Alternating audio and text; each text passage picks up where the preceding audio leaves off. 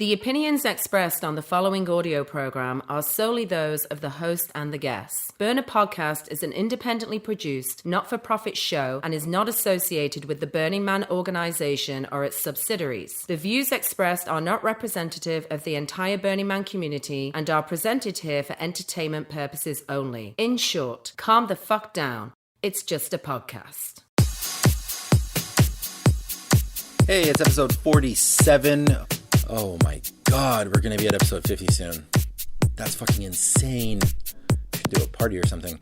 And it's 291 days till the man burns as of this recording.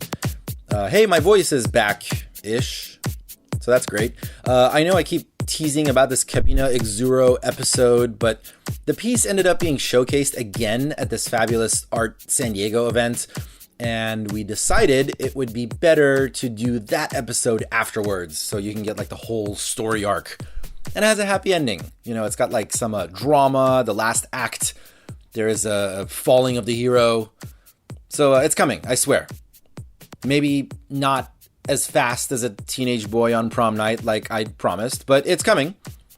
Maybe that will be episode 50. Shrug. Hey, did you hear Trump is our new president? How fucking weird is that? I don't know. And probably like the next episode, we'll figure it out in our production meeting. But we're going to have a couple of embedded peeps from the burner community help us shed some light on this unmitigated shit volcano that we called the U.S. election. I wasn't planning on having a hardcore political show, but this one was just, impossible to skip. And I think we have some really wonderful voices to add to the conversation to anybody who is looking around, and probably most of you, and thinking, what the fuck just happened? What else? Oh, Chadwick of Moon Tribe is on Alkaline. Check out that new mix. Burner Podcast presents Alkaline. That's over on the website at burnerpodcast.com. And the player is on alkalinepodcast.com. Make sure you go ahead and check that out. But let's go ahead and get into today's show. If you have been to Utopia, the San Diego regional burn that we never seem to shut the fuck up about on this show, then you've definitely interacted with the Road Warriors. The Road Warrior team is responsible for getting all the cars parked and controlling all the traffic that comes into Utopia. And I gotta say, after having attended 4 Utopias, it's 4, I think it's been a 4, they tend to be the easiest to spot, the Road Warriors. They wear all black and are usually kind of cocky. So I got to sit down with Tina-Nomad, who is the head queen mother of the Road Warriors, and ask her about all things Road Warrior-y.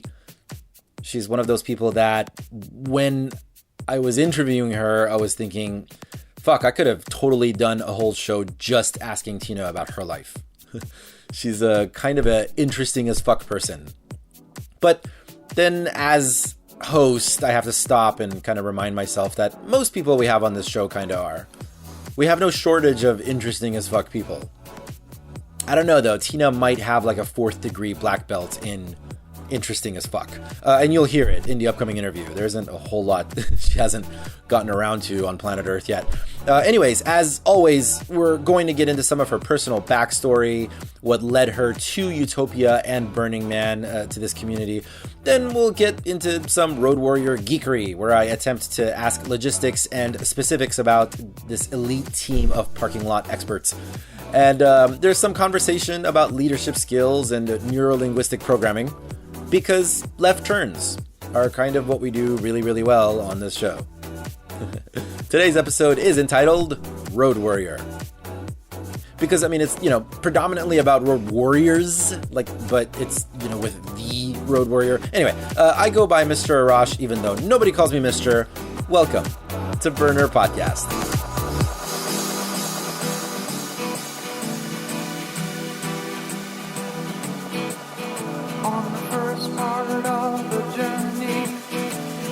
Looking at all the life, there were plants and birds and rocks and things, there was sand and hills and rain. The first thing I met was a fly with the balls and the sky with no clouds. The heat was hot and the ground was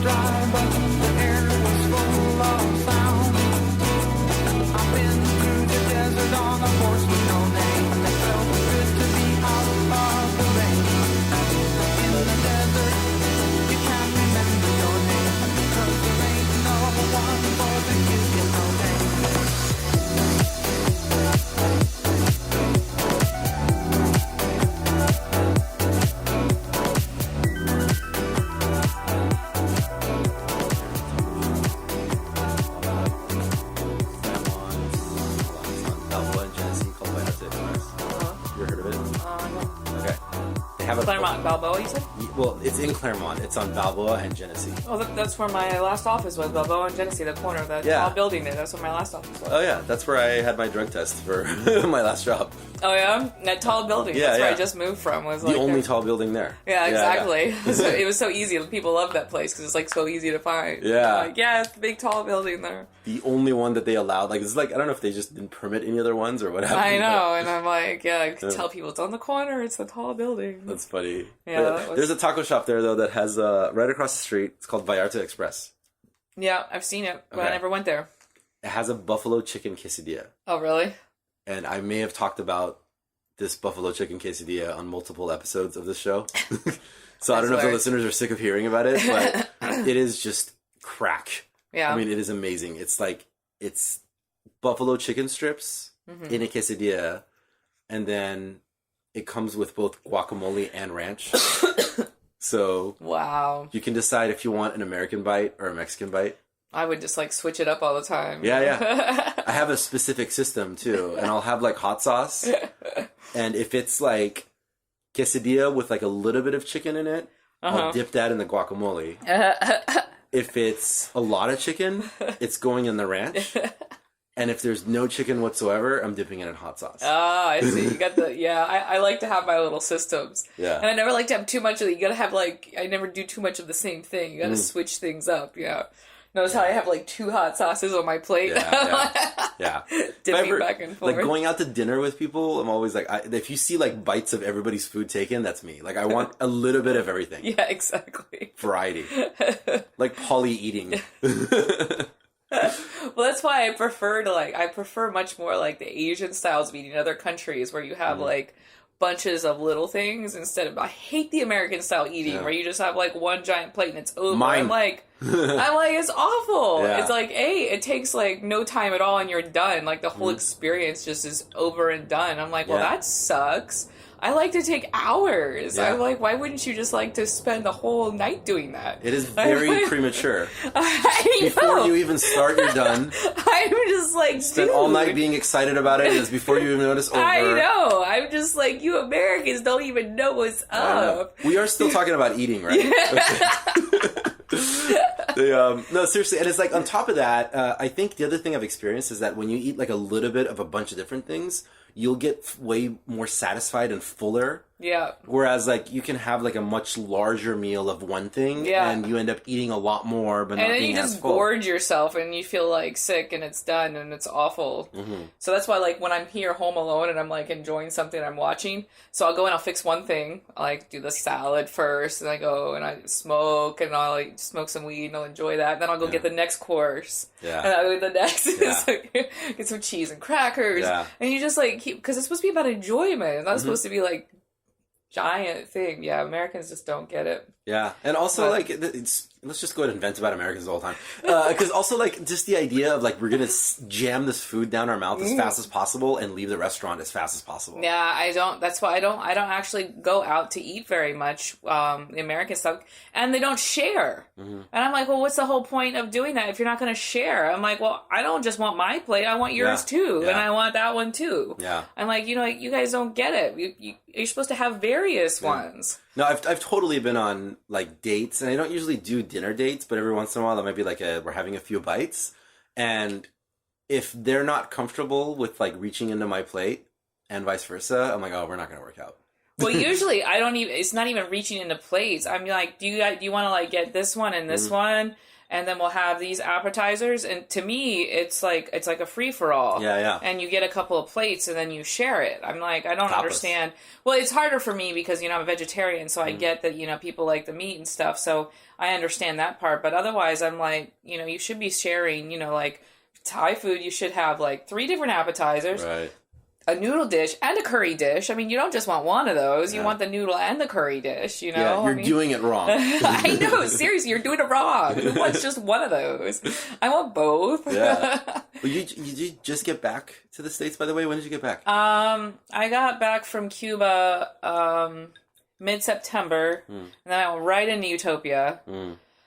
And now I'm back now. I'm doing all this Standing Rock stuff, and then I'm going, I think, Ecuador in a few weeks. Yeah. And I mean, I already know what you were doing in Cuba, but tell the listeners what you were doing in Cuba.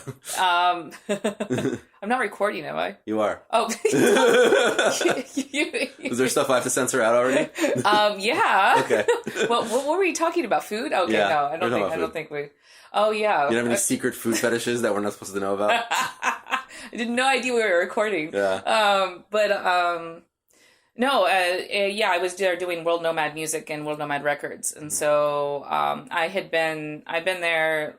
It was the 4th time I'd been there this past year. I was actually in Cuba more this past year than I was actually in the U.S. Yeah. So I'd gone a year ago in August with the nonprofit, the International Project for Human Potential. And I saw the example of potential. There's so much potential there that just wasn't being actualized in the area of music. Mm. And so people just had so much that they were able to do, but they just weren't able to do anything with it. It was all staying there. Right. And vice versa, here in the States, people really don't have any real concept. There's a lot of misconceptions about what's going on with Cuba right now. People think it kind of stopped with Buena Vista Social Club. Mm-hmm. That's what they think of Cuban music when people think of Cuban music, and it's so far beyond that. It's so beyond creative. I mean, there's these fusion styles going on that are mixing all of that with all of the new stuff, and it's just so young and eclectic and creative, and they're doing all this really cool stuff, but they don't have any opportunity to get heard outside. Right. That, and, yes, it's free education for everyone because it is, and free healthcare for everyone because it is socialism, mm-hmm. But at the same time, there's just nowhere to go with it. I mean, like one of my artists is a college graduate biologist, and she makes $15 a month. Wow. And so, so I was just impressed, like, well, let me see what I can do with that. So I created World Nomad Music, World Nomad Records, and I went back in to see what I could do. And so that's what I was doing, in a nutshell. And I'm working now with an amazing producer, Jesusine Cruz, and he's one of the top-notch guitarists in the world.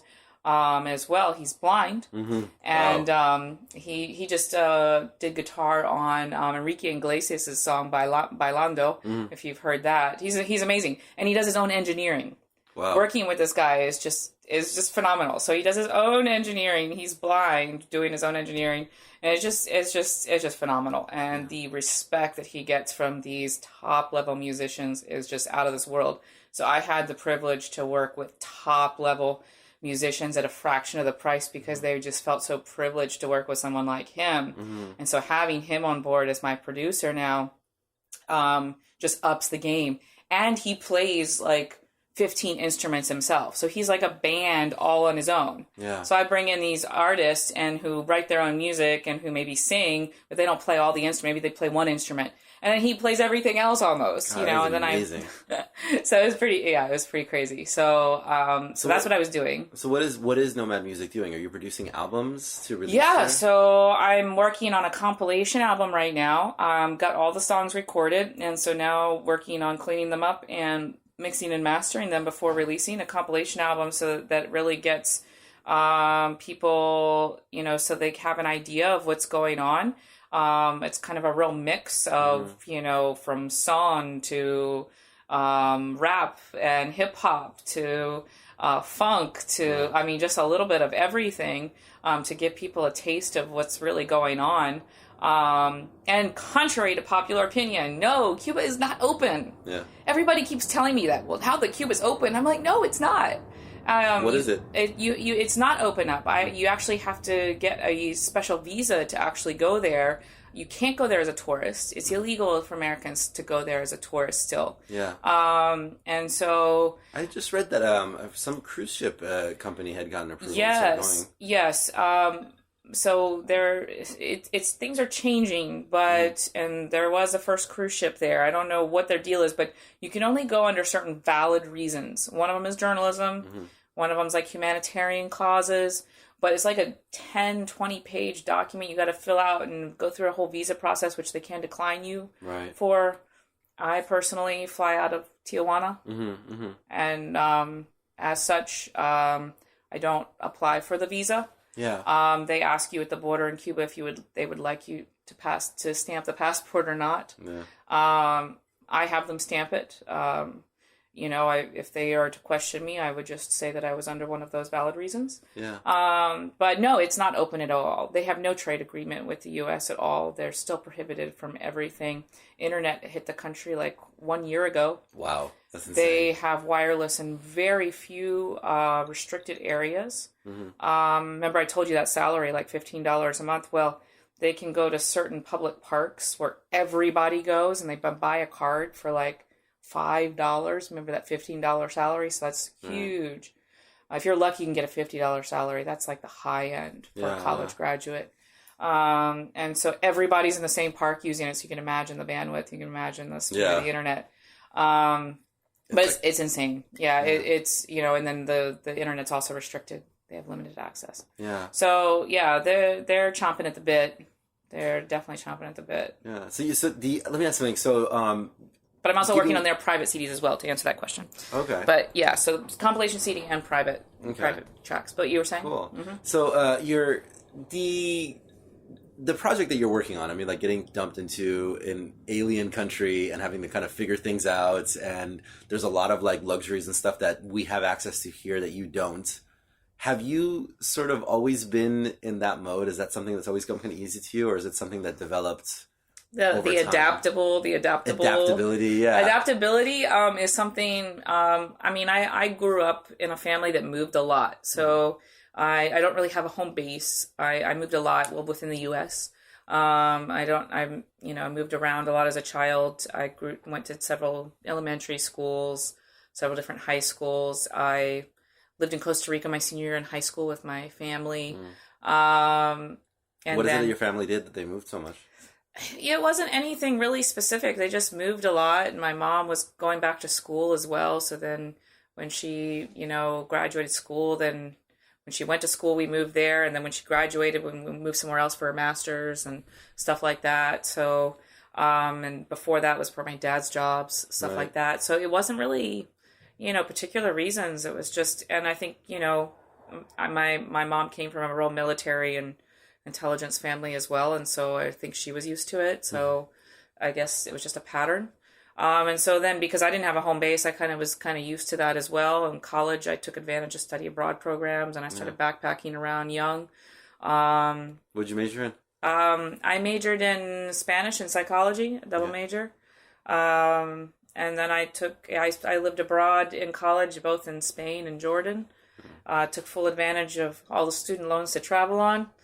And then after school, I went back and I lived in China as well. I've lived in about 8 countries. I've been to about 50.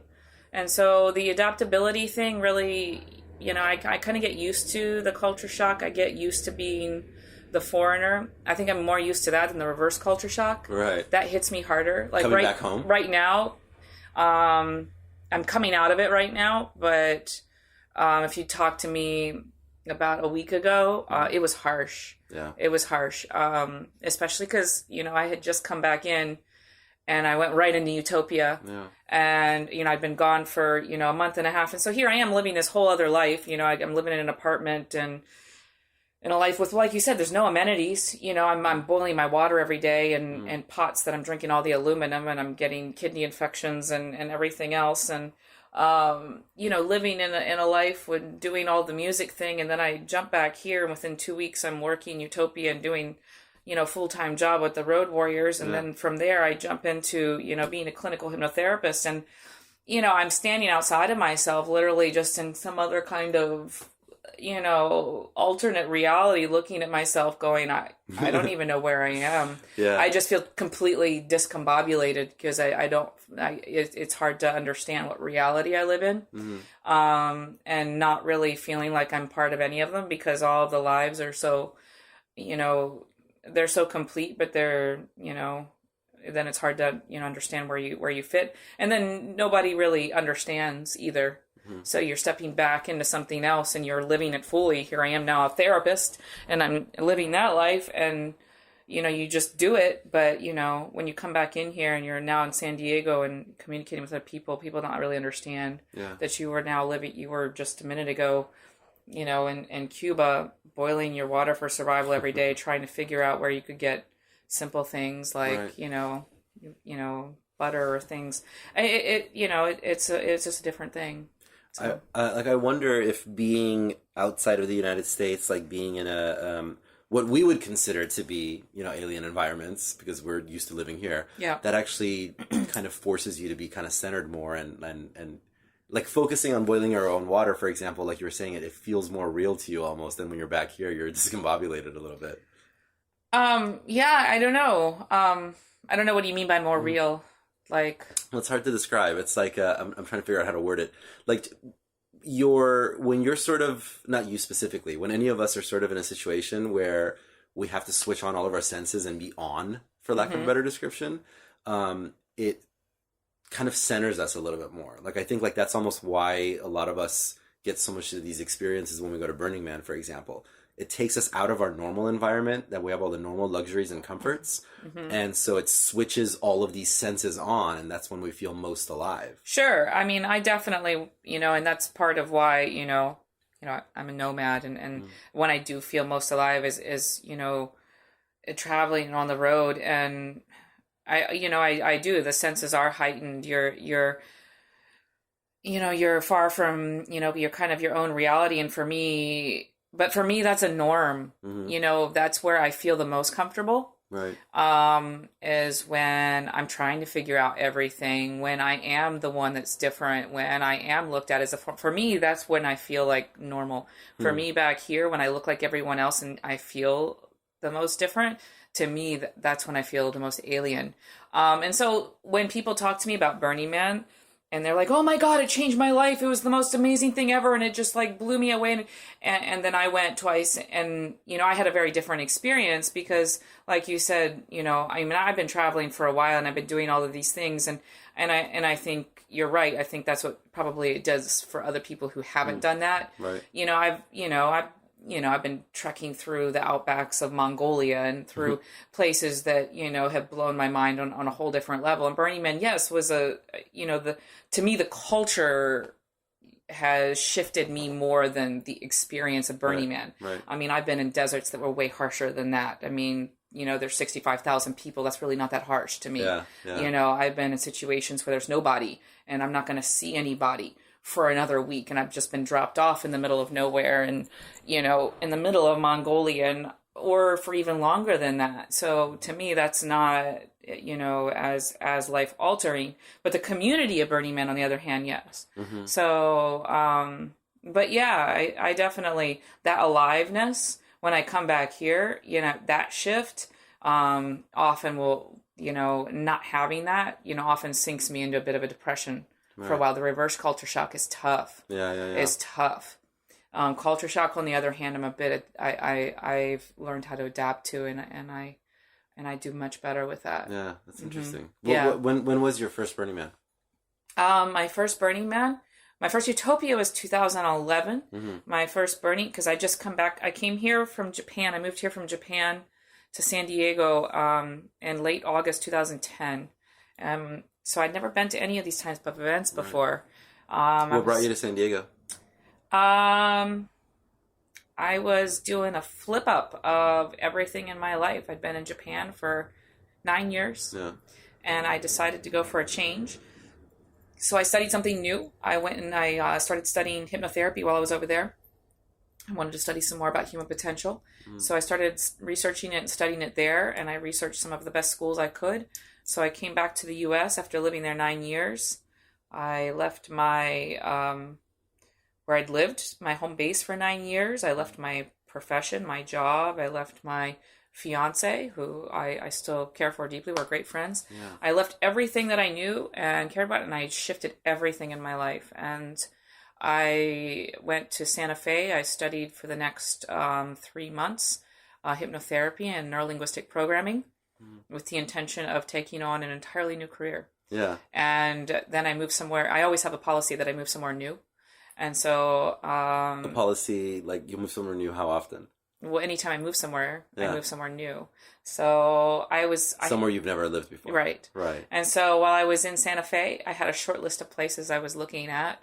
And so the places were Seattle, San Francisco, Boulder, Santa Fe, Taos, and Sedona.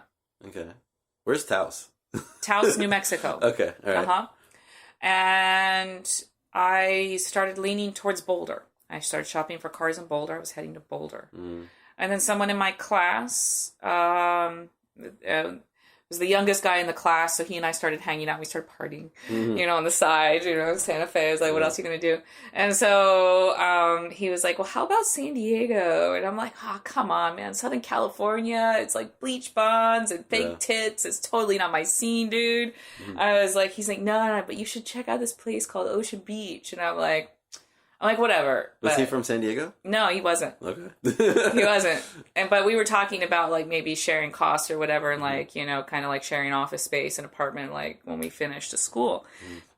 That never happened. I got left holding bag on that end. Let's just say that. So, but anyways, long story short, so I'm like, well, I'm open-minded. I'll do what you say and I'll research this place, Ocean Beach. So I looked it up and I'm like, I was cognizant that I'd been out of the country a long time, so I wanted a place that, I'd be kind of comfortable at reacclimating. Right. And so I was like, Ocean Beach kind of sounds like a cool place. The weather's nice. I like the small town feel where I don't have to drive. I can have to drink and drive. I can walk around town. I can bike around town. And West Coast is good from a profession like that. And I'm like, okay, let's do it. And so that was it. So I didn't have a car. I didn't know anybody. That was 2011. That was 2010, end of August. So, I looked on Facebook and I think there was a couple of old classmates from where I went. When I went to my academy in Michigan, like my graduating class of like 75 people, there were a couple of old classmates who lived here. And that was it. I didn't know anybody. So I came out here. I stayed with them for a couple of nights. And then my classmate and I, we got like a short, week by week hotel until we could find something. And then, I've been here ever since. So it was random. Yeah. Utopia was your introduction to the Burning community. Yeah, it was. Cause so I lived in this, I got a place and so the whole classmate thing ended bad. His parents came down to visit and he bailed and went back with his parents. And so I ended up moving to this complex from down the street. And there were a bunch of burners living in this building. Right down there was Austin Space. I don't know if you know Austin Space, one of the miscreants, right? Yeah. And so there was a bunch of miscreants in this building when I moved in. Yeah. And so Austin Space was down there, and so he used to so we used to hang out sometimes and talk, and he and I got along really well. And he's like, hey, man, I watched him go to Burning Man and come back. And he's like, you should go to this thing called Utopia. And this was 2011. And I will say, so, man, I had a rough re-entry back to the States. So... It took me 6 months. So 2010, I got here. By 2010, December, I was doing networking for my new business, and I went to this networking meeting in December. And this guy that was in charge of this big fancy networking group, and there was like all these professional baseball players and stuff. Anyways, we ended up dating. He was a sociopathic con man. Okay. Stole my identity and entire life savings that I'd spent 9 years gathering in Japan. So it took me 6 months and I lost everything. Wow. Lost everything. So I'd evidently been out of the U.S. too long. I was too trusting. I lost everything. Floored me. He still runs this networking group? Oh, no. He's on the run from the FBI, apparently. Wow. He's already been in jail once. Okay. And I didn't know this. I was like naive and trusting. I'd been in Japan and just trusted everybody. And so I was wiped clean. And so I had all that savings to like run my new business that I knew wasn't going to turn a profit for a couple of years. And so I was relying on that. I didn't even know where I was going to pay for rent. Mm-hmm. So I was floored. People are like, well, you should just give it up and go teach like you've been doing. Just give up your business.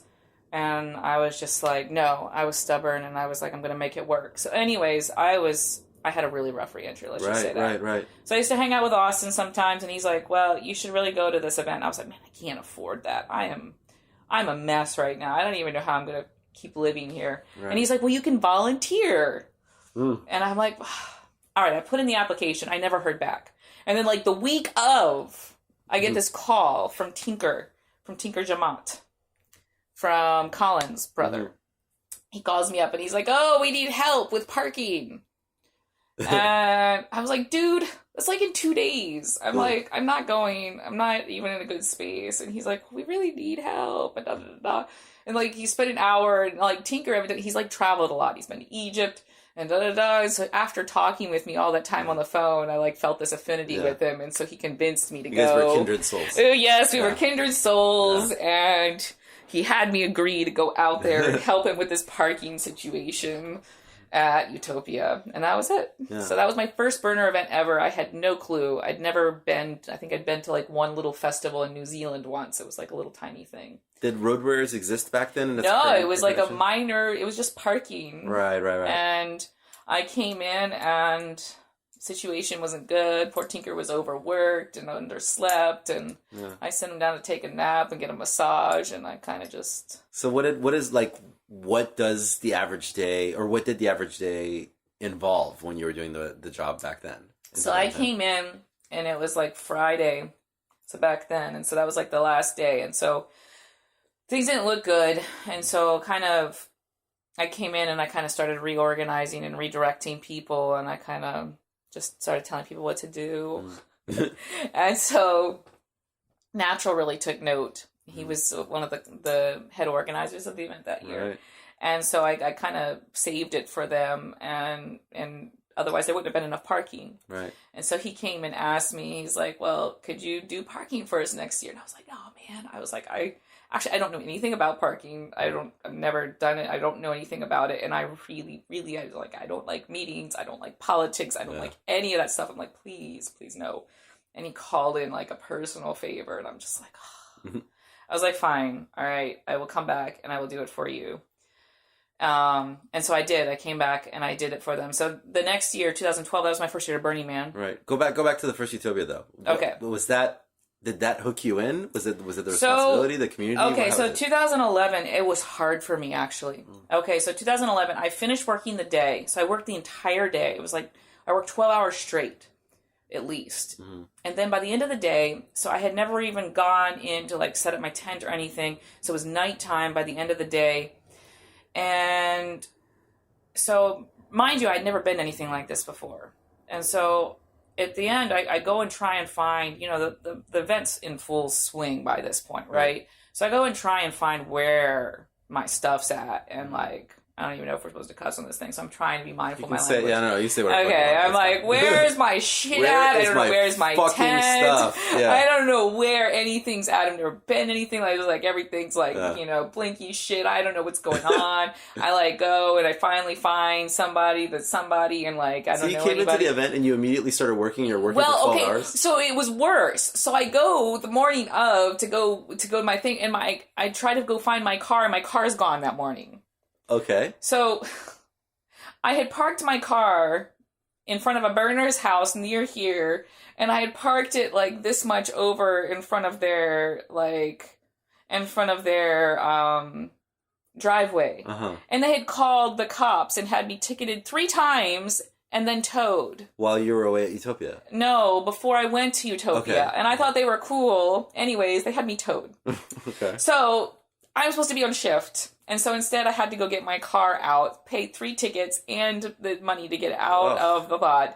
So by this point I'm freaking... Universe has just decided you're not allowed to have money. I was like, I've already lost everything. I'm ticketed 3 fucking times, plus I gotta pay to get it out of the compound. Yeah. So now I'm driving up there. I'm trying to call Tinker. Of course she's got no reception. I'm like, I'm late, dude. I'll be there. I'll work extra time. And I'm trying to get up there. I get lost on the way. I take the left at the fork, and I go all the way up the mountain. It's a big disaster. Yeah. So anyways, I finally get there. And so I just work all day and into the night. And so I was driving with somebody else. And so he just like took my stuff for me and drove it in. He said, I'll set up your tent. Right. But I had no idea where. So I just like jumped out of the car and I started working. Tell me what was the work exactly. So I was like, I was like parking cars. So at this time, it was a much smaller event back in 2011. So it was like 1,500 back then? So like when you came in, like over that little bridge, we were parking right to the left, to the right and to the left of that little bridge.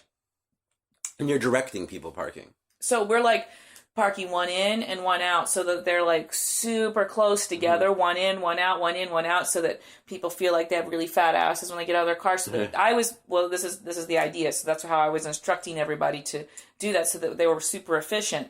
And then once we finished that one, I went up into like Monarch Field, and then that was the last field we had to park up there. But when I got up there, people had been doing it really inefficiently. So they'd have like, you know, half a car length in between cars. And so then when I went up there, I took the other volunteers up there and I sent them out into the rest of the event. And I said, go get any other cars that you see and send them back here and let's have them parked. And they're like, why don't you go do that? And I was like, well, because if I do, you guys aren't going to do your job here. Yeah. And obviously you're not doing it right. So go and get the cars that are in the event, send them back here. And you guys are going to go back there and park the cars so that they're super tight now. And I'm going to stand right here and make sure it's done correctly. Yeah. And how many volunteers are there working on parking?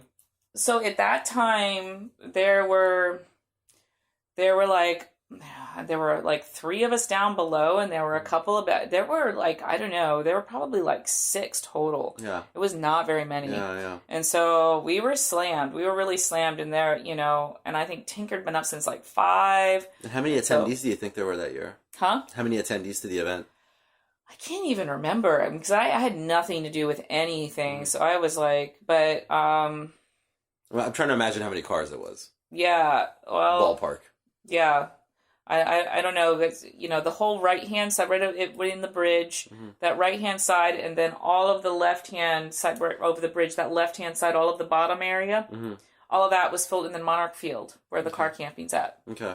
All of that was parking. Okay. And that was it. Wow. That was all that there was for car camping. Yeah. I mean, for camping, period. Yeah. I mean, for parking, period. So, and so that was it. And so, but because I did it the way I did, that kind of saved me. That's why...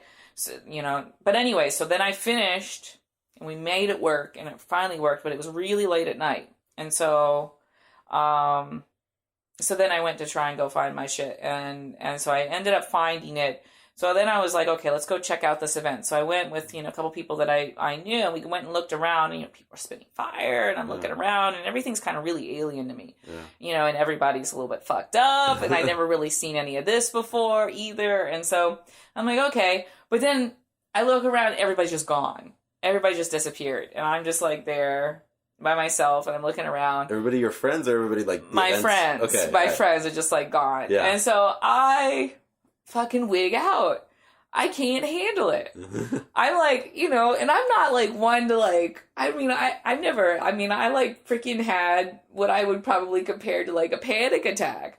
I just like started like hyperventilating. I was like crying. I couldn't breathe. I was like, I want to get the fuck out of here. I was like, I can't handle, like the energy was like crazy adventures you've had around the world. What is it about this that was coming down? Well, the heightened, okay, because I'm sensitive to like, you know, I can feel everything and like all the energy and all that. And like, what's that? You're an empath.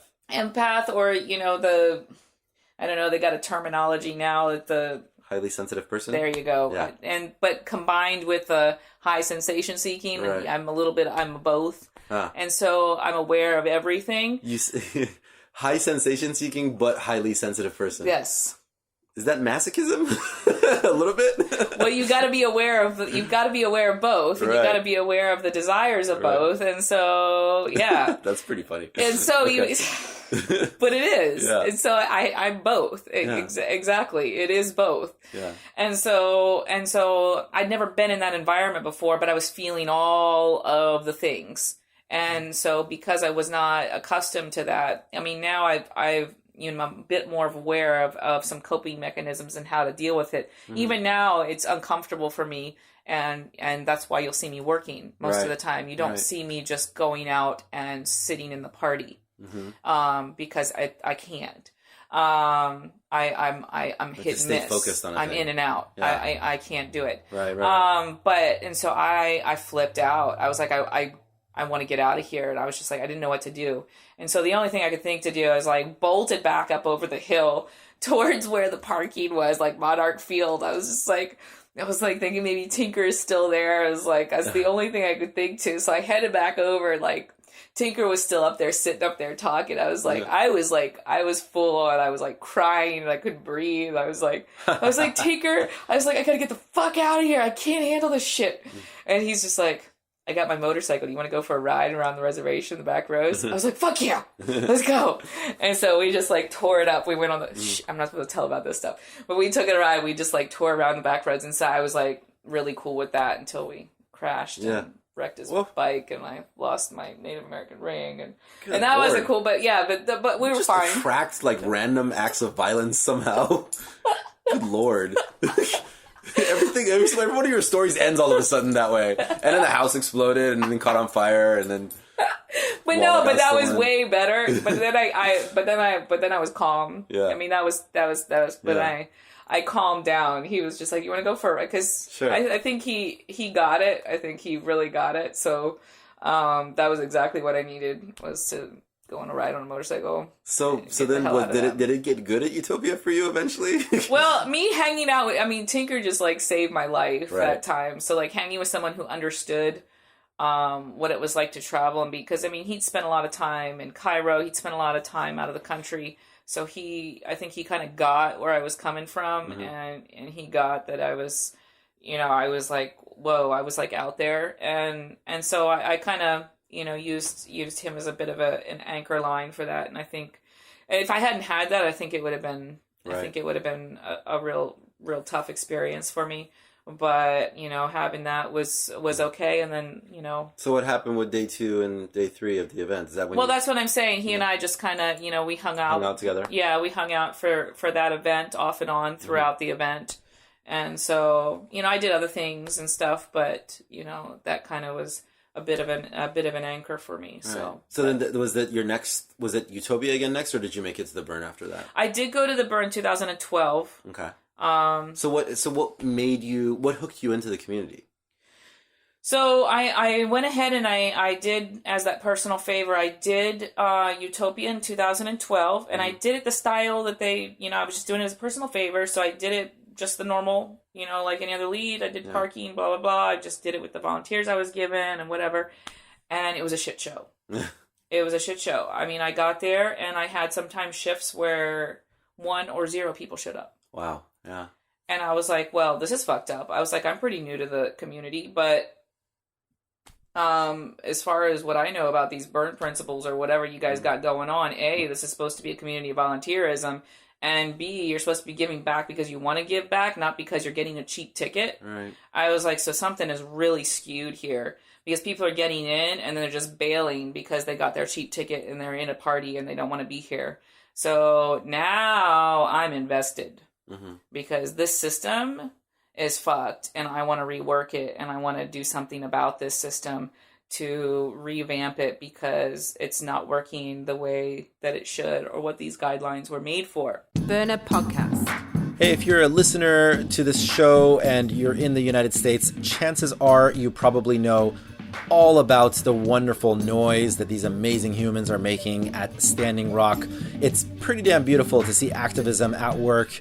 And our amazing guest today, Tina-Nomad, made brief mention of the work that she's doing, but she's kind of knee-deep in mobilizing efforts and support for the protesters. The long and short of it, for anybody outside the country who doesn't know, is that there's a historic gathering of tribes and allies of First Nation, Native American tribes, standing in solidarity to halt the Dakota Access Pipeline. If you want to learn more, visit standwithstandingrock.net. That's standwithstandingrock.net. And if you want to chip in and help out, visit gofundme.com/stand for Standing Rock. That's the number 4 Standing Rock. So gofundme.com/stand the number 4 Standing Rock. The weather is getting harsh out there from what I understand, and the camps need more support. So each of us, do what little we can to try to leave this world a little bit of a better place than the one that we came into. And this is a cause that has sparked so much passion within the burner community. So again, gofundme.com/stand for Standing Rock. That's the web address where you can donate to the cause. But let's go ahead and get back to the show. Welcome home.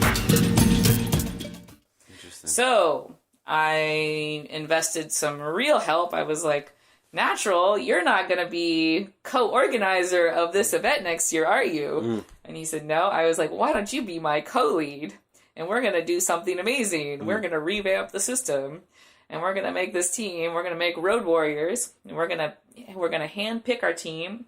We're going to have them pay full price for their tickets to volunteer. Wow. They're going to pay full price. They're going to be road warriors. They're going to be the epitome of volunteerism in the community. And, you know, and they're going to be the models of what this is about. And so they're going to be badass. They're going to be road warriors. They're going to dress badass. And they're going to know how to do everything better than everybody because they're going to be the models. They're going to have radio protocol. They're going to be able to handle any emergency that comes to them. They're going to know how to handle anything. And they're going to be the leaders of everything. This was your plan for 2013. Mm-hmm. Okay, because 12 was still a shit show. Yes. Then you went to the burn, and then your plan was 2013. Well, burn was first, and then Utopia always. Right, yeah. Right. That's interesting. Yeah. So, because that's the observation that I'd had, is that it seems like Road Warriors really has a very specific culture that belongs to Road Warriors, and there is a sense of identity that's connected to it. Well, it was made for that purpose, right. Because it was a shit show, and then I'm like, no. Something's wrong with this picture. This should be this. You should be doing this because you want to give back to this community. You should be doing this because this is a privilege to do this. Right. You should be proud to do it. And you guys are proud because you're the leaders. You're the example of volunteerism in this community. And we're going to train you really well. And I want you guys to be the model for the rest of the teams. Mm-hmm. So the other teams can see that with proper training that everybody can be this way. Because... you know, people shouldn't be just getting in because they're getting cheap tickets. This should be a privilege. This should be an honor. This should be your gift to the community. Absolutely. You know, and so that was my gift because, I mean, it's a hell of a lot of work. I mean, and if you're not invested in it, then, you know, it really makes no sense. Yeah. And so, you know, I put a lot of work and a lot of effort into it. But, you know, what feels good about it is that, you know, a lot of my road warriors now, you know, they're leaders themselves and, you know, they feel it. Once you sell that message, they believe it. Yeah. When you sell it like that, I can take them 3 days before the event and they believe that message. And then they believe in themselves. And they stand up to it. Right. And each year it just gets better. And it doesn't seem to matter who they are because they believe in it and then they believe in themselves. Yeah. And so 2013 was the first official year of Road Warriors. How many of you guys were there? I think that year, there were like 50. Wow. Yeah. 50? We have the biggest team that there is out of it. That's, I mean, you know, I get off on having a challenge. I mean, you went from 8 to 5-0. That's nuts. Well, I mean, I mean, you know, we're in charge of all the roads. We're in charge of parking. We're in charge of car camping. We're in charge of RVs, you know, Exodus and, you know, all of that stuff. And so, you know, and so it's necessary for sure. When there's, you know, emergencies that go down, like happened 2 years ago, I mean, you know, we're hopping out, we're blocking down the road. I mean, you know, and they're trained to deal with anything, and they know that, you know, they shut down roads at a moment's notice, you know, even if they're off duty, they know that they're on duty at a moment's notice, and they can handle anything. I'm like, you know, who you going to call? No, it's not Ghostbusters. You can handle it, anything that happens. Anybody knows just by looking at you who you are, and you're going to have a radio on you, and they know that you're going to be able to handle it. And if you don't know who to call, if you don't know what to do, then you know who to call. And so they always know, you know, the proper problem. Your dream was to make like the SEAL Team 6 of volunteers. Well, and they know if they can't handle it, they know exactly who to call. So, and I don't like to micromanage. They don't need to be going to me for anything. They know exactly. They're like, they know how to say, I'm switching to whatever channel, and they know exactly who to go and ask for it. I don't micromanage that stuff. I like to create leaders in the team itself. This last year was the smoothest yet. I asked them, I was like, who feels like they want to be leaders? They're like, yeah. I'm like, if you want to be leaders, I'm going to back you until I feel like you can handle it. But I want 3 leaders who can handle the main parking, who can handle running shifts on Saturday, Sunday. You report directly to me. And I mean, they stand up to it. I mean, they run the hell out of things. I mean, and it just works so smoothly. You know, give them the responsibility and they just really step up for it. Where did you come up with the idea of Road Warriors specifically as the theme?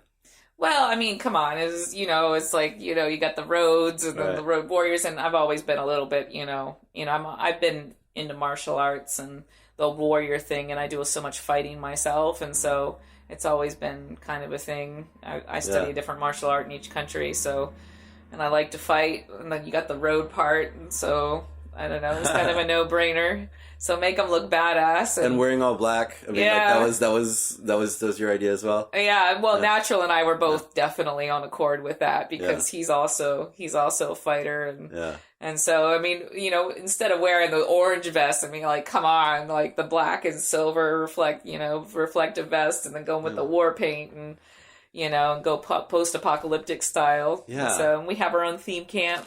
And they're not obligated, but they can camp with us. So we have our own camp and, you know, and all of that. So we provide food. We have our food, our radios, our vehicles, everything we need. So this idea of creating a culture within a culture, like creating a real culture that people can buy into, that they feel a lot of pride in. Mm-hmm. You must have had experience with this at some point before Utopia. No, this is I feel like this is like kind of practice ground for me for like, you know, real life in a way, right. You know.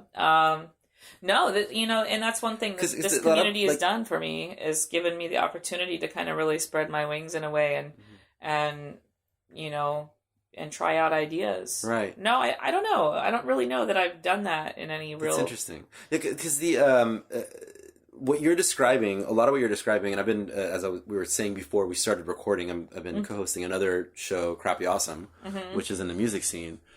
A lot of the most successful musicians and music groups are the ones that are able to create a culture around their movement. Yeah. You know, like you got like Run the Jewels will like have like the audience hold up your jewel, you know, like you wear like a certain t-shirt, you have your followers like a Grateful Dead, you're like the Deadheads, you know, the idea that you're a part of a community that gets to build around this culture and you get to be part of this family. I mean, well, I grew up in a community, but it was far different from this. Yeah. I mean, I grew up in a very different community though. And what's that? Well, I grew up in a whole other thing. And so I'm far removed from where I came from, but I grew up in a very, very conservative household. I was Seventh-day Adventist my whole life. Seventh-day Adventist. Yes. Okay. So I grew up very, very, very conservative religious, and I grew up in only Seventh-day Adventist schools, churches. I only associated with other Adventists my entire life. Yeah. I didn't really associate with anybody that wasn't Adventist all the way through university. Wow. Yeah. That's interesting. So, yeah, it was very, I mean, we had everything taken care of by the church, so there was no need to go outside of it. I mean, anything. If you wanted Boy Scouts and Girl Scouts, we had Pathfinders. If you wanted to do sports or music or anything, everything was taken care of within. And so, so I never really associated. It was extremely conservative as well, you know, so there's no... Yeah. Is there like a very strong pastor, like a central pastor figure in there? I mean, every church had its own pastor, right. But there's a central prophet figure. Okay. Ellen G. White. Interesting. She became a prophet when she was 14, got hit on the head with a rock and started having visions after that. Uh-huh. But yeah, they worship on Sabbath, Friday night sundown to Saturday night sundown. So it was very strict as well. We maintained that, which I think actually is a good practice. I think we should all have one 24-hour period that we maintain for ourselves. But so I grew up a vegetarian as well as part of that. But no jewelry my whole life, no dancing, no TV, no sex before marriage. No alcohol, no drugs, no. Wow, a lot of that went out the window. Huh? No, yeah, I was a leader. I was always a leader. So I was in the choir. I was in the bell choir. I was a leader in Adventist Youth Against Alcohol and Drugs. That was my first ever public speaking award too, was the Dare Bear. I was on the debate team. I was on pro-life debate team. But I don't know. So I don't know if that answers that question. Does. I don't know if that does or not, but I mean, so I grew up in that. Profiling you as a subject, I mean, it looks to me like some of that training existed at an earlier age. Like you had a sense of like what goes into developing a community, and then at a later time in a later chapter in your life, you were able to re-access that same sort of like research that you'd done earlier and implement it in a new environment. Yeah, it's far different, but yeah. Of course it's far different, yeah. Perhaps, yeah. That's fascinating. Yeah, I never would have drawn that link, but perhaps, yeah. So I mean, you went from it's really impressive, and I do definitely see that at every utopia that I've been to, that there is definitely a sense of pride among road warriors. Like whenever I meet a road warrior, they're like really proud to be road warriors. Yes. You're saying like, so do they still pay full price ticket? The one, I mean, I offer them now. I've kind of backed down on that a little bit. Some of them do. Mm-hmm. So now I offer the ones that pay full price. I let them choose how many shifts they want to do. Right. Some still do. I would say a lot of the road warriors, do way more shifts than they're required. They do. Road warriors always work more than any other group, by the way. They do. By nature, because of this year was the first time that it's been halfway decent on the shift times because the gate hours were a little bit better. Mm-hmm. But by nature, it's been impossible for me to give them decent hours, because if you have gate hours starting at 8 in the morning and going till 2 a.m., we have to start before gate opens and end after gate closes. And so there was no way for me to give them 3 6-hour shifts. It was an impossibility. Right. I could put it on the schedule that way, but it was a lie. Right. And so I felt terrible. I would fight for it every single year, and why is it that I get met with derision, but I'm just like, I'm putting it on the schedule one way, but really they're working like at least 3 8-hour shifts, and no other team is doing that. And so I would fight really hard every year for it. But this year, finally, the gate hours got adjusted. And so we, opened at 10 every day and closed one night at 2, but the rest were at midnight. And so they got to work a little bit less. But most of mine will throw down anyways. They sign up for their 3 shifts, but then they throw down their extra shifts just because they're fucking road warriors, and they're just like, I'm going to do it. Do you need more help? You need more help? I'm like, hell yeah. And they do it anyways. Yeah, that's fascinating. And they're bossy little fuckers too, man. They tell everybody what to do. I love it. What was the biggest lesson you learned from the first year that Warriors existed in 2013? I mean, did it all go so smoothly that you're like, nope, everything's perfect, doing the exact same thing next year? Oh God, no. I mean, this last year was the only year that I could kind of say that was finally. I'm like, I could breathe. Fine-tuned machine. Where actually I was like, that was the example of how it needs to be, and that was like, yay, we got a model, we got a working model. Was last year. And what were some of the things you tweaked in the earlier years? Well, I think overall things have been tweaking. I think part of it. Some of the model is rubbed off. I think other teams finally have also been doing more team training. And so, Gate's been doing more team training, and Gate and Road Warriors work really well together. I mean, I love working with Paisley, she and I, cut from the same cloth. Not everybody works well with my personality type. They don't always know how to take me. Mm-hmm. And so I don't feel like I'm coming. I'm just very direct. And so I do a personality disclaimer when I deal with my road warriors, and they generally know how to take me. Mm-hmm. I get a lot of military types in mine, ex-military. And so they understand that I'm all about efficiency, and that when I'm talking, it has nothing to do with you or your personality. I'm dealing with like 50 things at one time. And so it has nothing to do. If I'm telling you, hey, don't do that, whatever, it has nothing to do with you or you as a person. It has to do with, hey, this is the more efficient way to do it. Please don't take it personal and have a hissy fit about something, because, I'm not seeing it like that at all. And so I don't generally have people that stay very long in the road warriors who are very sensitive. They get weeded out pretty quick. And so, but it usually gets dealt with before we even start, because I do a personality disclaimer, and people understand where I'm coming from. And so I think the road warriors know really how to take me. And so they're appreciative of that. And so it's always been a little bit harder for me to deal with the politics of the situation in general with people that I'm not working with and on more time. But, now that, Gate has people that I really work well with, like Paisley and stuff, the inner workings of things have been really great. So we've really got things down smooth. Me assigning different head road runners to like control the upper parking lot. so that they are in charge of the team up there, so that I'm not having to like actually talk to different people, because the radios don't work back in the back areas either. So then I just talk to one person, and they're in charge of overseeing the area. That's worked really well. Having lieutenants, basically. Yeah. So like, as a head road runner, and I'm like, give me the lowdown of what's going on up there. And so I don't have to like keep tabs on everybody up there. Really taking some things on under my own control, because food was always a problem in the past, or people weren't getting fed. We didn't have enough vehicles. We didn't have enough radios. And so just really taking a lot of that under our team's control.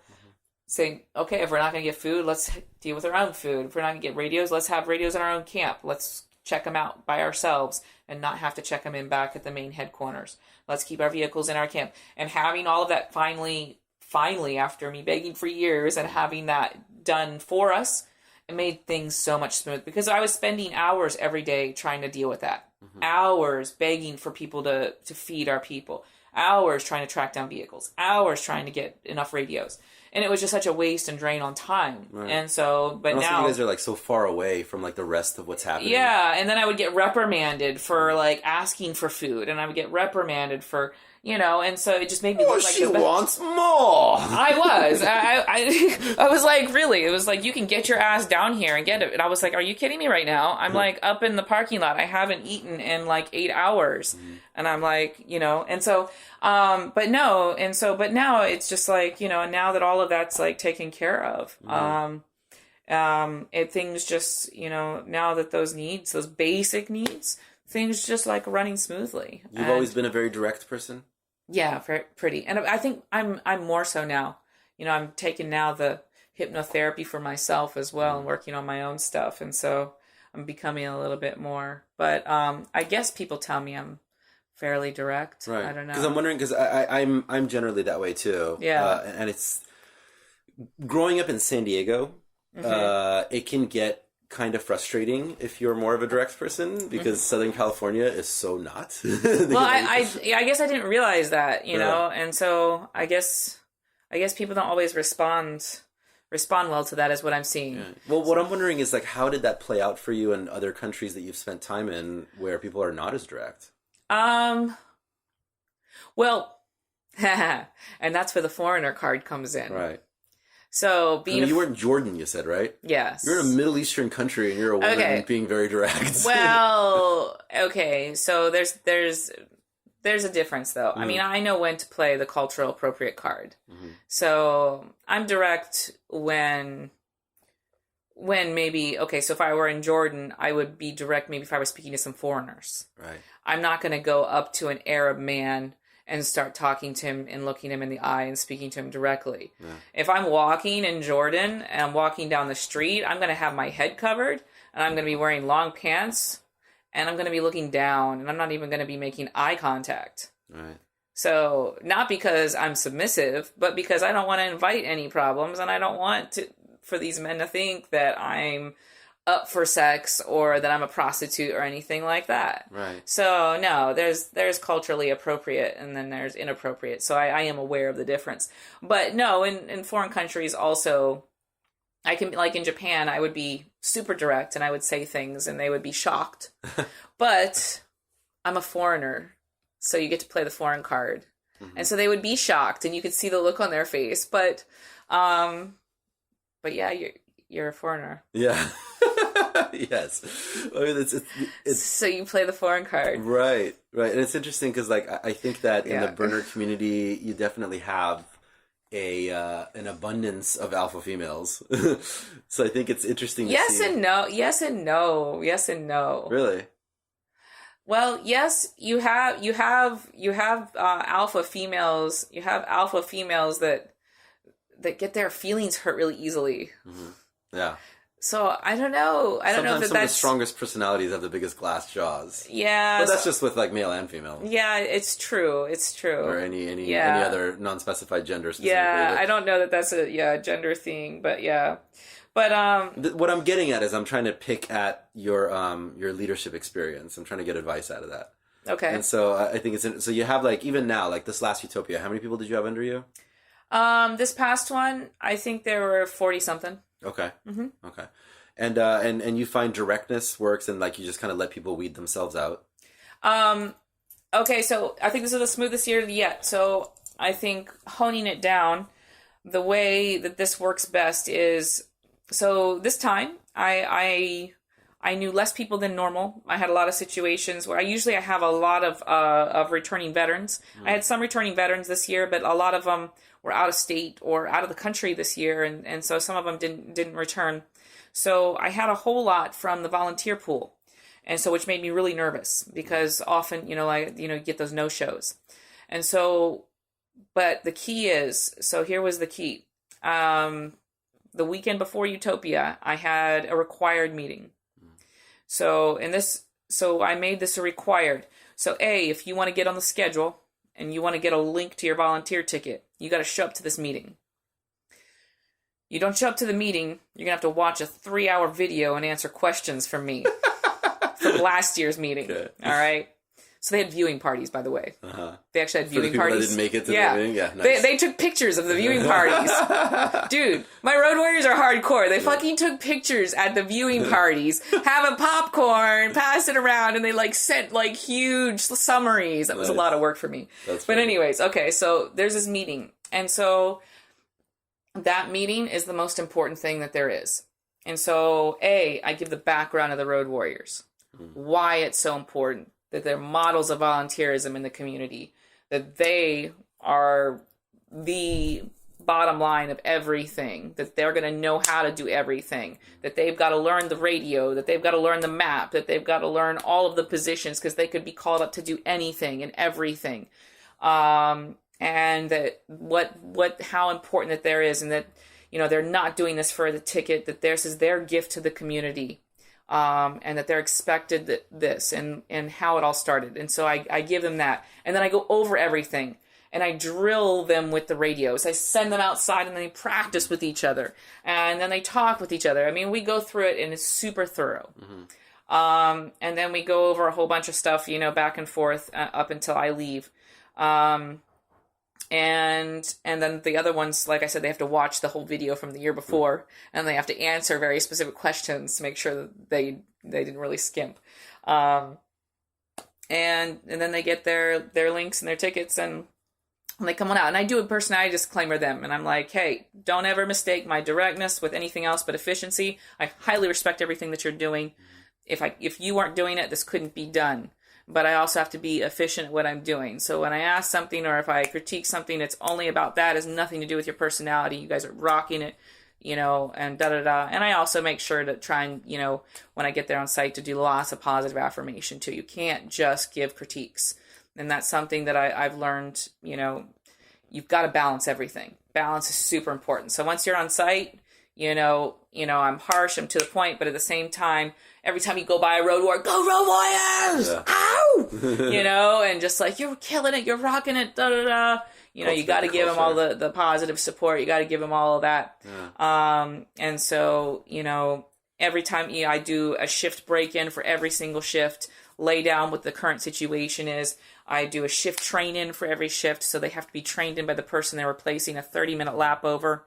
So because the current situation can be changing on site. So until they're comfortable with that changeover, that doesn't happen. That's interesting. So people don't just come in and take off and have them. Absolutely not. There's a half-hour overlap. Oh, there's at least a half-hour overlap until they're sure until that person says, until they tell me that person, until they feel that person is okay with that job, they don't step off. Right. And I give that person that's been there for a while the say so when that person, they feel they're okay. That's very smart. Yeah. So they're sitting there and going over it with them until they feel like they've got it down, because the situation changes on site. It's not just what you heard in the meeting. Yeah. It's a fluid situation. So has it been that way since 2013? I've always had a train-in situation and a train-out. Yeah. So this year, finally on the schedule, I actually was able to put that train-in situation on the schedule. Before it wasn't, because I just didn't want them to see that because we didn't have the time. Right. But now this time it was actually, on the shift. So that was good.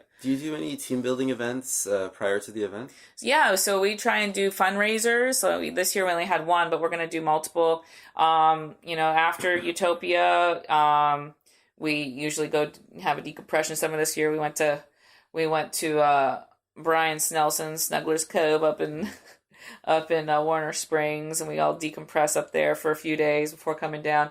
But we also do several fundraisers. We get together and we try and, keep the cohesiveness. Yeah. Tomorrow, I blasted out to the Road Warriors about the Standing Rock thing. Tomorrow's the action day, so hopefully everybody's coming out. We've got several Road Warriors coming out to support for the Standing Rock thing at the Army Corps. So supported some of the bands last weekend. They were doing fundraisers for the Standing Rock thing too, so we support each other when they go out and play and stuff. But yeah, we absolutely do. We do fundraisers and we do a variety of things. Yeah. So do you utilize any of your hypnotherapy training when you're running teams? When I'm running teams or doing meetings, sure. I don't know about hypnotherapy, but NLP. Yeah. Maybe a little bit of NLP. Neurolinguistic programming. Yeah. Okay. Maybe some verbiage. Because I'm aware. But I'm aware of my verbiage even when I'm talking to you. Because I'm noticing like the way you snap like very much on cue every time, and I'm like, what? No, I don't know about the snapping, but verbiage, I'm aware of, and embedded command type of stuff, whatever. But do you have any advice for people who might be listening who are maybe getting together their own teams at like other regionals in different parts of the world? Like, what sort of leadership advice do you have if you're building a community? What communication advice? What's the biggest thing that pops in your head? Yeah, I mean, successful team building. Well, you start with the people bring them in. And B, it comes with a cohesive idea in mind. You sell them with an ideal. Have an ideal, make it strong, make it about something that's more. Because bottom line, like what I'm doing right now, I'm doing fucking parking. Who the fuck wants to do parking? Yeah. Nobody's going to want to come to a party and do parking. Nobody. If I was going to tell you that, you're not going to show up. I mean, most of the people are not going to show up. But now I've just made it the Road Warriors. You look badass, you're dressed badass, you get your own camp. Not only that, you're the epitomes of volunteerism in the community. You know how to do everything. You're expected to be a cut above. You're looked up to. You're expected to be able to handle any shit that comes your way. If there's a lost child, if there's an emergency, if someone dies, if anything happens, you're expected to be the bottom line that handles anything. You are that model. And they believe that. So it has to be about something more. It really does. And you have to believe that. I mean, I can't just sell some bullshit. Right. Otherwise they're not going to believe it. I have to believe it. Otherwise they don't. If I didn't feel that I was doing this for something else, then, I wouldn't be doing it either. I'm giving people something to believe in, to, feel good about themselves. People that didn't really, they felt that they were there for a party, and now they're in leadership roles for the first time ever. So you've got to feel like you're giving some people something to believe in. And so that is the key thing. And then you got to give them a platform to do that in. So start with the people that you know, and then you take from the pool that people you don't know, and then you've got to actually meet with the people. And you have to meet with them ahead of time.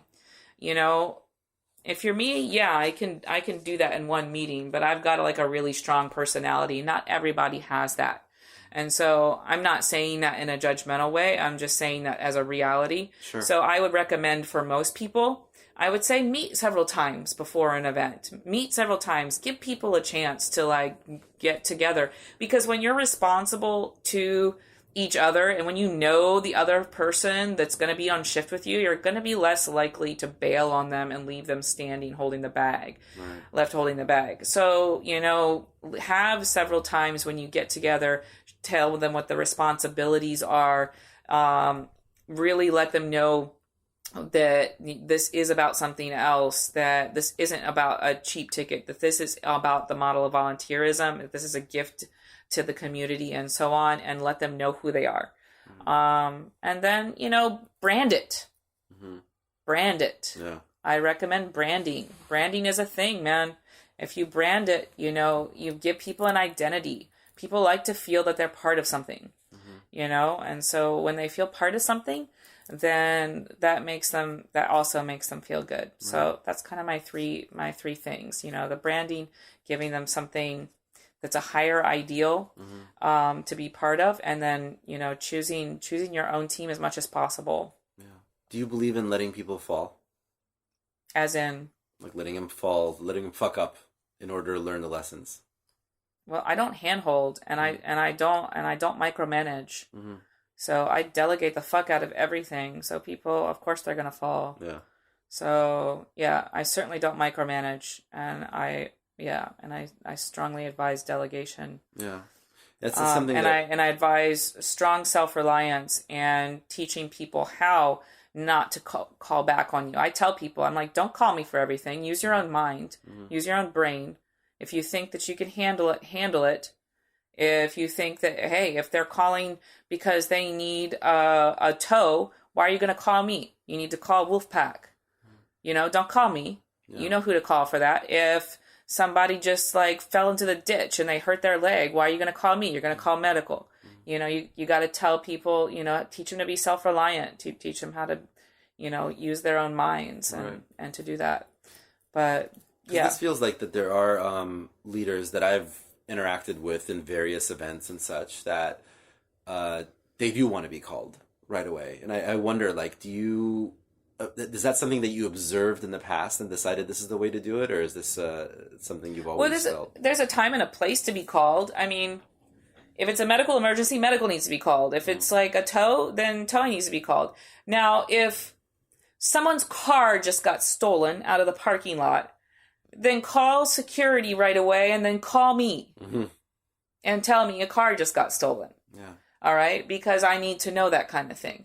But, if it's a medical emergency, then call medical. If a car's getting, just needs to get pulled out of a ditch. And, there are certain things, again, that I would need to know. And there are certain things that I don't need to know.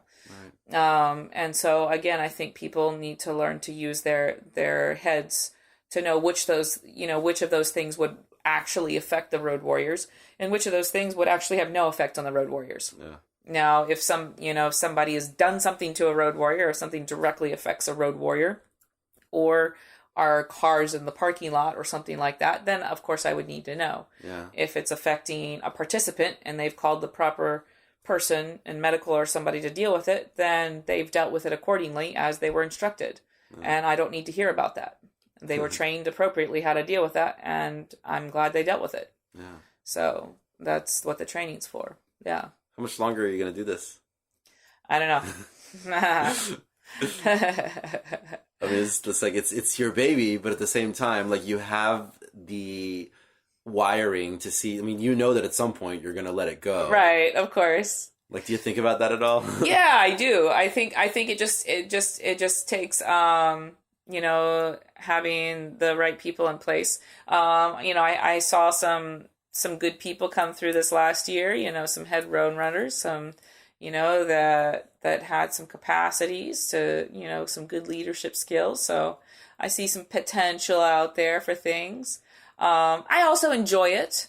I'd kind of like to see, me being here and seeing them, run something. I liked having what I had last year. It was a lot smoother having head road runners and having me not be so hectic, and it was a really good experience. And I think that delegation and having more people have leadership skills and having that, we have a head road dog group, having it delegated out into more leadership roles. I don't think a standard for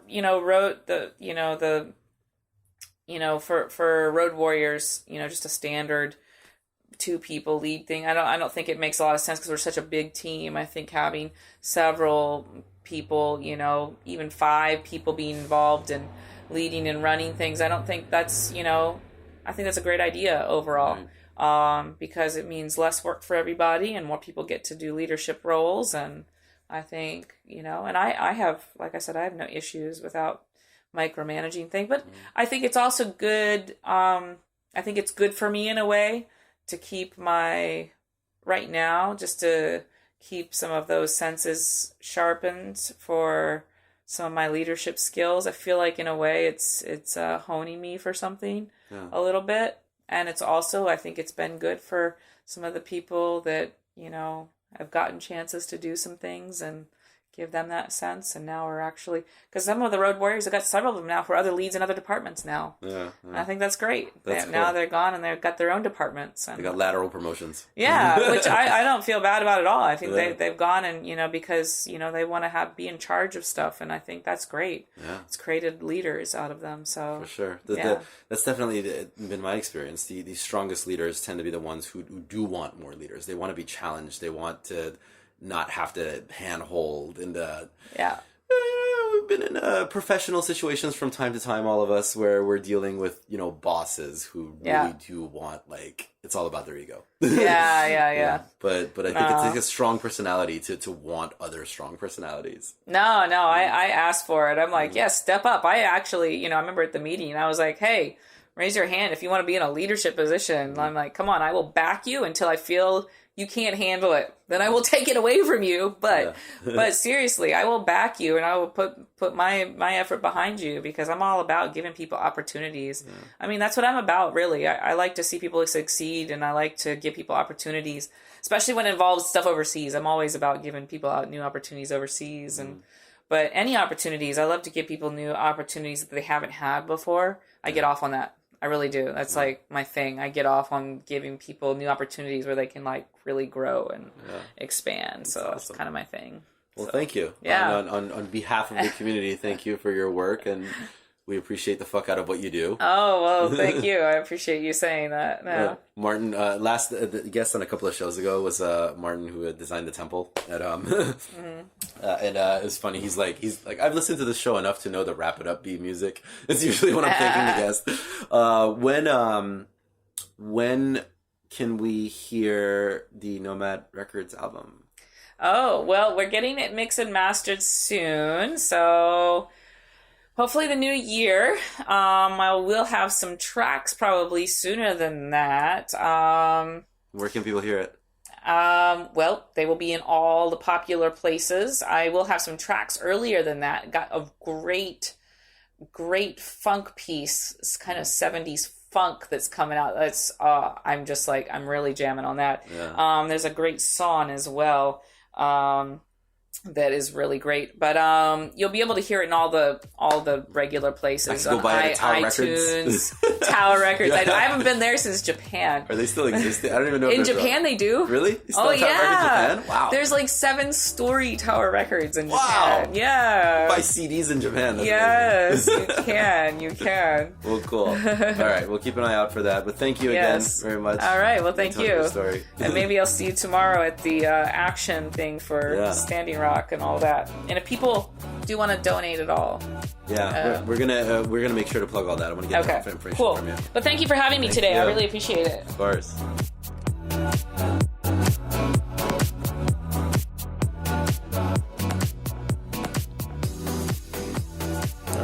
All right, Nomad, our nomadic episode. New episodes are up on the first and third Wednesdays of the month. We are on multiple podcasting platforms such as Stitcher, TuneIn Radio, and Spreaker, among many others. We're also on iHeart Radio now, so if you want to listen to the show, it is not hard to find. All right, that was a horrible pun. The Burner Podcast movement is made possible due to the efforts of various contributing producers as well as our regular staff, which include our network music editor, Navjeet Sarna, who is also the producer of Burner Podcast Presents Alkaline, our online editor, Tori Massey, Alkaline producer, Amber Rose, contributing producer, Super Suze, recording engineer, Freckle, chief playa scientist, Ramiro Martinez, special projects manager, Paul McCarthy, executive producer, Meg King. There are multiple other people. I can't mention every single person all the time. And you, dear listener. Our intermission music is by Duckman. Check out his music over at duckmansd.bandcamp.com. The Burner Podcast theme song is America's Horse with No Name remix, produced by Joman. Check out his music over at soundcloud.com/DJ Joman. So until next time, love and light and all that other crap. Good night.